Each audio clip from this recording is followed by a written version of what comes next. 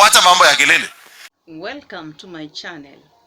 That is Uasin Gishu Senator Mandago slamming the former speaker and now the public service CS Bidan Moturi, simply because he spoke his mind. The other day, he addressed the media and the country, whereby he was against abductions because his own son went through the ordeal, stating that 6 months later, the same abductions have not stopped. Now, the other day it was Gladys Chalet who was speaking to the former deputy president, Gachagua, telling him that they are going to impeach him, of which they did. The other day it was Murkomen telling the online Kenyans that he was coming after them. The other day we had the Kamket and Oscar Sudi telling Kenyans that President Ruto must have a second term. They better do what they can, but he has to have a second term, whether Kenyans like it or not.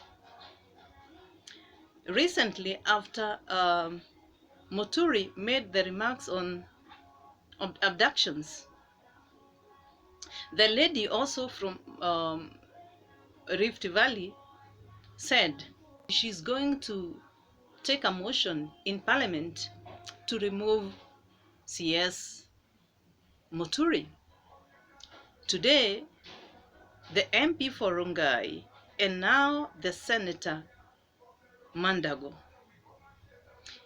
Now, I want to advise my good brothers and sisters, that is the leaders from Kalenjin community.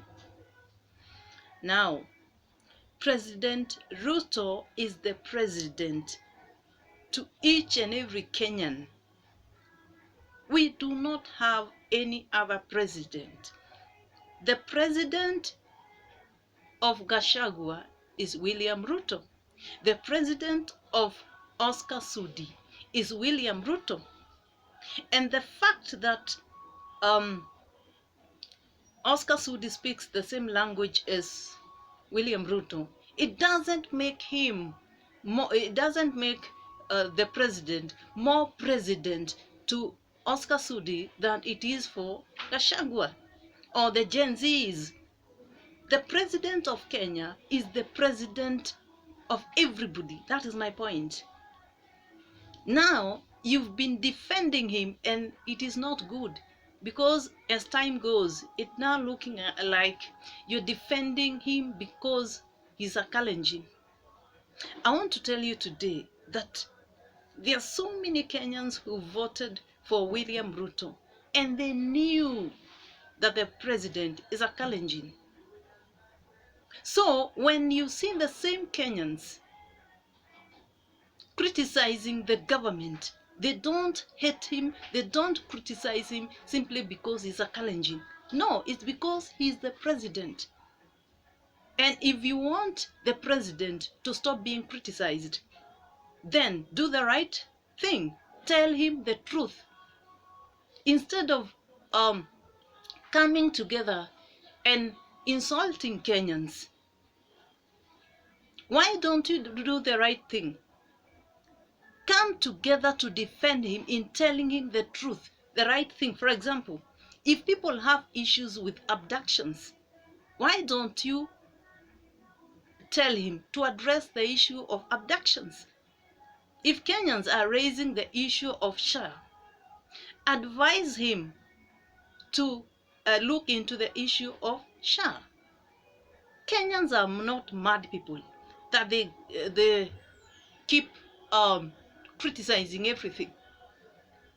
It is because you people around the president, you are misleading him. You should be the last people to defend him, because defending him only make him make it look like you're defending him because he's from your community.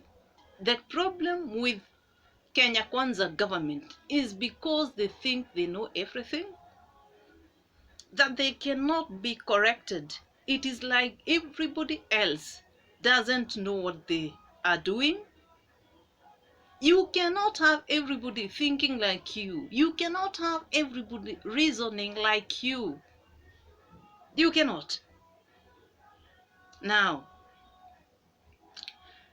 if for them, if you criticize the government, you become their enemy instead of them trying to look for why are these people criticizing, why are Gen Z's behaving like this.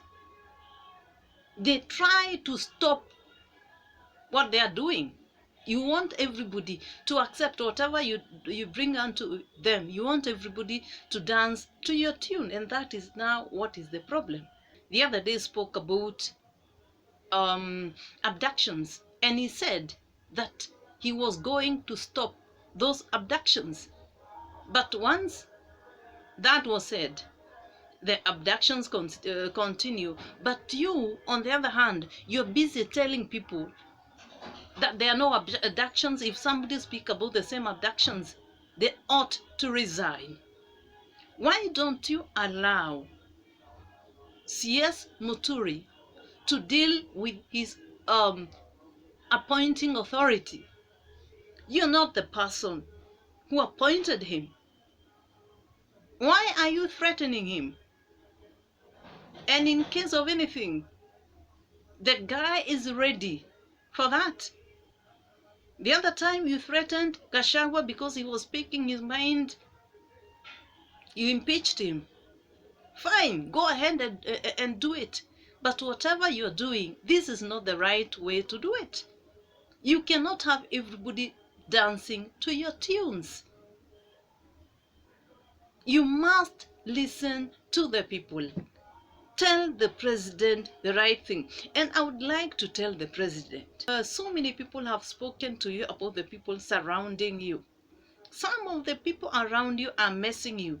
Like the other day, the president was telling us, he said that our kids are insulting leaders. How about the same president, in front of him, Farah Maalim, calling us names which we cannot print? We cannot repeat those words here. And he said nothing. What do you call that? You're telling us to teach our kids how to behave. You're telling Kenyans to change the way we behave towards you.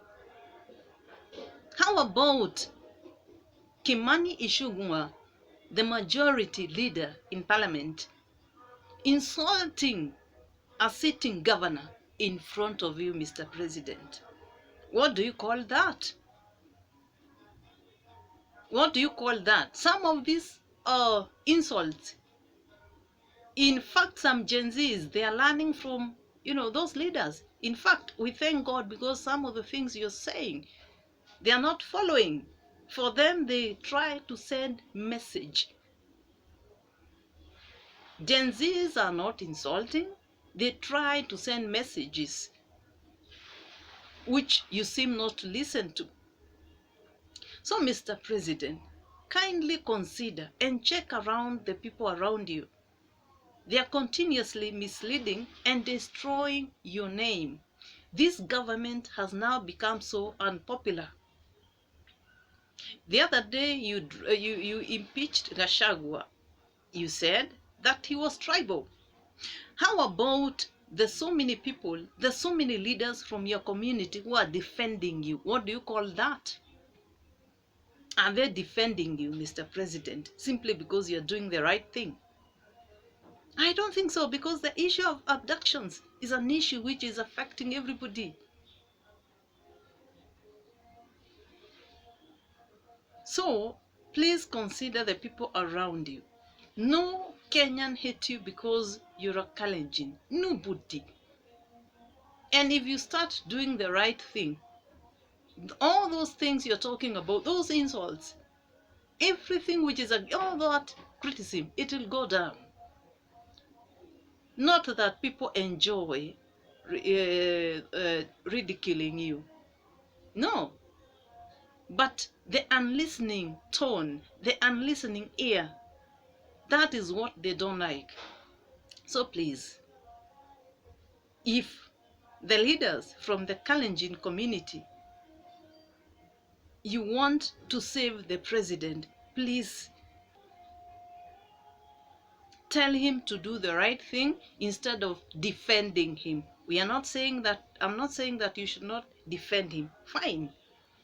But can you tell him to do the right thing? Stop abductions. Listen to the people.